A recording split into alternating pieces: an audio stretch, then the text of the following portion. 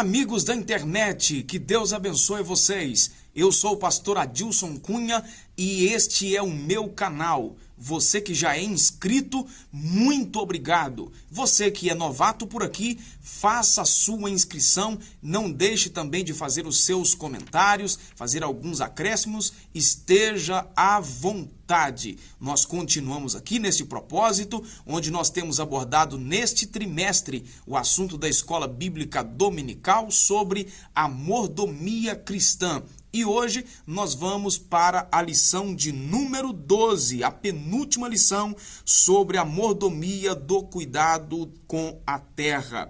O texto áureo da nossa lição é Salmo 115, o versículo 16, que diz: Os céus são os céus do Senhor, mas a terra deu a ele e aos filhos dos homens. Entre tantas as funções que Deus atribuiu ao homem está a de mordomo da terra.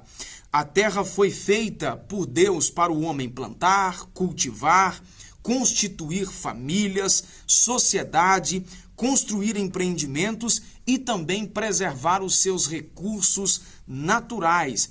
É preciso desenvolver uma consciência cristã saudável para que nós venhamos compreender a necessidade de preservar a nossa casa, o nosso planeta Terra. Deus entregou o planeta nas mãos do homem, portanto, é de sua responsabilidade cuidar e administrar bem, tanto na sua preservação, quanto extrair também desse planeta os recursos necessários para a sua sobrevivência. Deus chamou o homem para ser mordomo, então, de toda a criação. Pela fé, nós entendemos que a criação do universo não se deu por um processo evolutivo, por um acidente ou incidente, seja lá como queira chamar. A criação do universo se deu a partir da livre e espontânea vontade de Deus, que planejou e criou todas as coisas. Não há lógica em dizer que um sistema tão complexo como o da criação tenha sido fruto de algo aleatório. O universo é muito complexo, com suas galáxias, com seus planetas, com o sistema solar, com tudo funcionando em mais perfeita harmonia. Jamais um desastre iria produzir algo tão harmonioso como é o universo. Em se tratando da Terra, Deus fez esta para que os seres humanos habitassem nela. O homem foi autorizado por Deus para desfrutar da plenitude da terra e para desta sustentar-se. É daqui que nós tiramos todo o sustento para a nossa vida, tanto em alimentos quanto os demais recursos que nós necessitamos para a nossa sobrevivência aqui. Seja a roupa que vestimos, seja o petróleo que os veículos de transportes consomem, tudo é extraído daqui, desse planeta Terra. Portanto, nós precisamos cuidar bem da nossa casa. E é o mínimo que o nosso Criador espera que façamos, que administremos com sabedoria, que cuidemos da sua criação, principalmente nós que somos cristãos. Nós precisamos ser exemplos de pessoas que cuidam bem do meio ambiente, que preserva, que não polui, que não joga lixo em qualquer lugar, para que ele possa garantir a nós a água pura para bebermos, o ar também para respirarmos. Deus dá tudo isso a nós pela sua graça, a germinação das plantas, os frutos daquilo que plantamos, enfim, os alimentos necessários para a nossa sobrevivência. Talvez você possa perguntar: poluir o meio ambiente é pecado? Eu diria que sim, porque isso afeta diretamente a qualidade de vida do ser humano, que é a obra-prima de toda a criação de Deus. A devastação é um pecado contra a terra e também o seu Criador. O resultado em geral de todo esse desgaste ambiental que o planeta está vivendo nada mais é do que resultado do egoísmo do ser humano, da ganância por dinheiro. Em nome disso, nós, os humanos, desmatamos, aterramos nascentes, enfim, A cada dia que passa, nós degradamos o meio ambiente com nossas ambições pessoais, industriais, simplesmente visando um lucro exorbitante sem pensar no futuro do planeta. É preciso ter a consciência de que sem a natureza não haveria vida.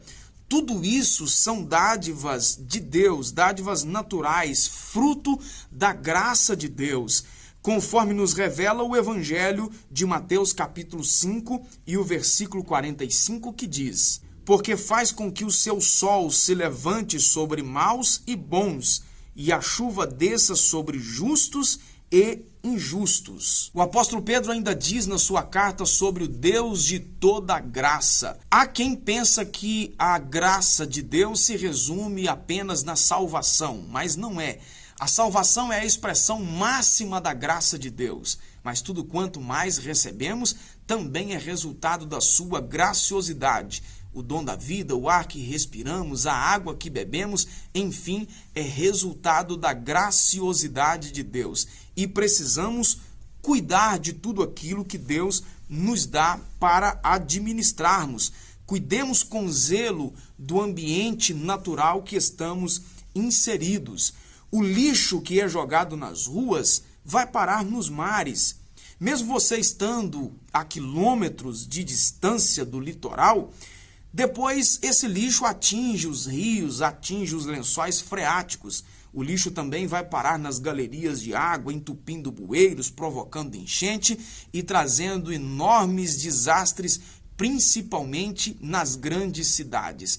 É um dever de cada um de nós, como cidadãos, principalmente como cidadãos do reino de Deus, darmos o bom exemplo de cuidarmos bem do ambiente em que nós estamos inseridos, jogando lixo no lugar certo, não jogando lixo nos rios, preservando as nascentes, porque tudo isso é obra criadora de Deus. E se nós o amamos, se somos os seus filhos, nós precisamos administrar com excelência aquilo que o nosso Pai criou. A relação do ser humano com a terra começou no Jardim do Éden, quando Deus colocou Adão e disse que esse deveria lavrar a terra e administrá-la, cuidar muito bem dela.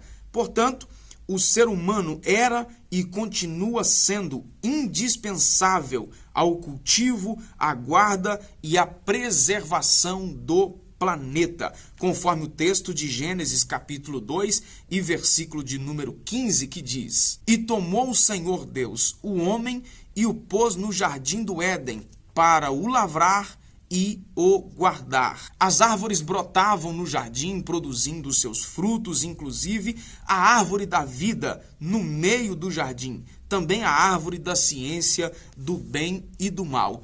O homem ultrapassou os limites de Deus e acabou transgredindo, pecando. E por causa dessa desobediência, Deus aplicou mais severo juízo, tanto sobre o homem quanto também sobre a natureza. A partir daí, então, toda a ecologia do planeta passou a ser prejudicada pela ação pecaminosa do homem.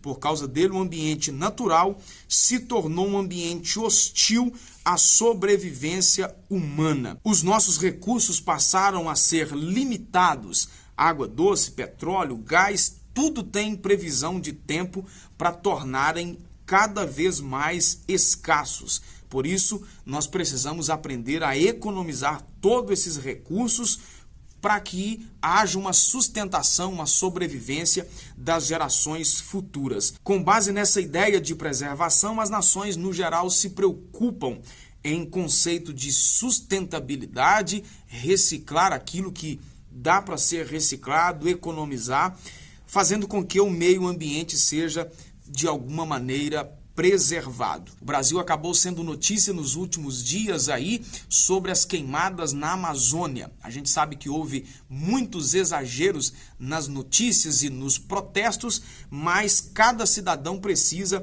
fazer a sua parte e preservar o meio ambiente. Isso não é uma tarefa apenas do governo que cria leis, que aplicam multas e, enfim, é preciso desenvolver na cultura do ser humano, na verdade, essa responsabilidade de cuidar da natureza. Alguns dos países mais desenvolvidos do mundo, e eu tive a oportunidade de ver isso pessoalmente, tem essa cultura de preservação, onde você anda pelas ruas dos grandes centros, das grandes cidades, e você não percebe a presença de lixos sendo jogados de qualquer jeito e qualquer maneira pelas ruas da cidade, como infelizmente acontece na maior parte do nosso país. Então a responsabilidade de preservação não é apenas dos órgãos governamentais.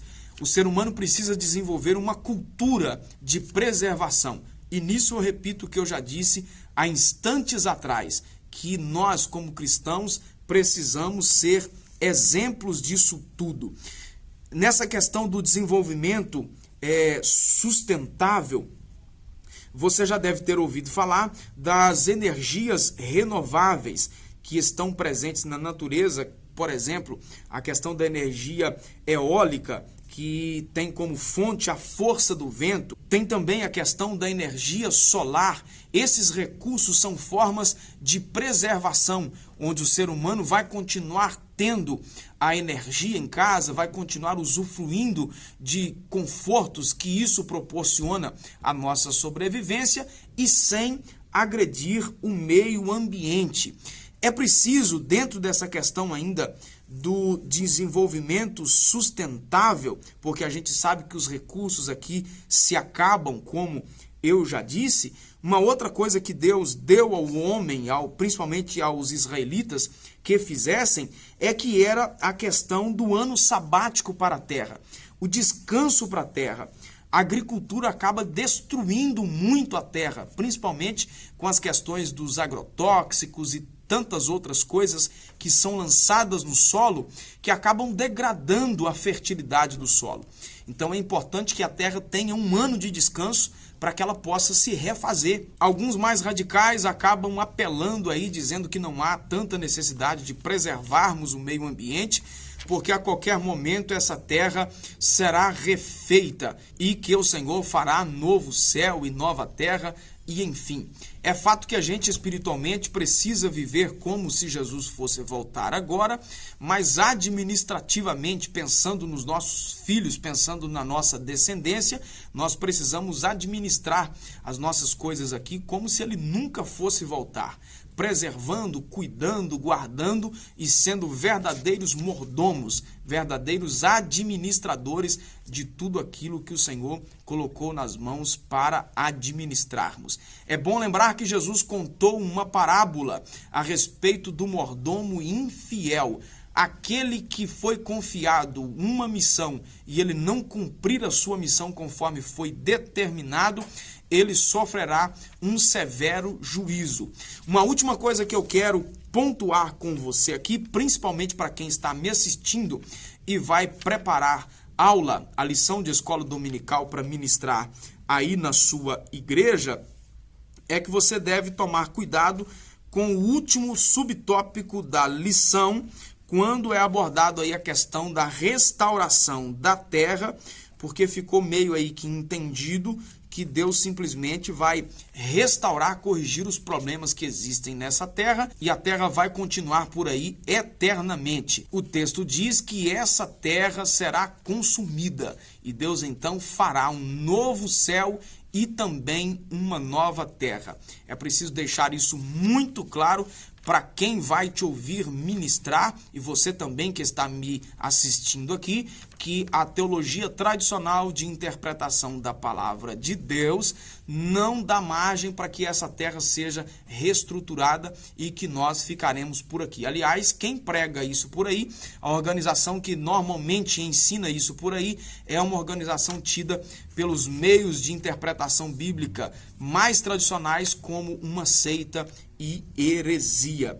Nós temos a esperança de que, da descrição da Nova Jerusalém, no texto do Apocalipse, demonstrando que Deus tem para nós um lugar melhor do que o Jardim do Éden, com todas as bênçãos advindas dele, porque Deus é bom, ele é bom o tempo todo ele é bom. O ser humano, pela sua desobediência, perdeu acesso ao Jardim do Éden, mas pela graça de Deus fomos alcançados por tão grande salvação por meio de Jesus Cristo, seu Filho, e Ele vai dar para o seu povo uma terra melhor do que esta.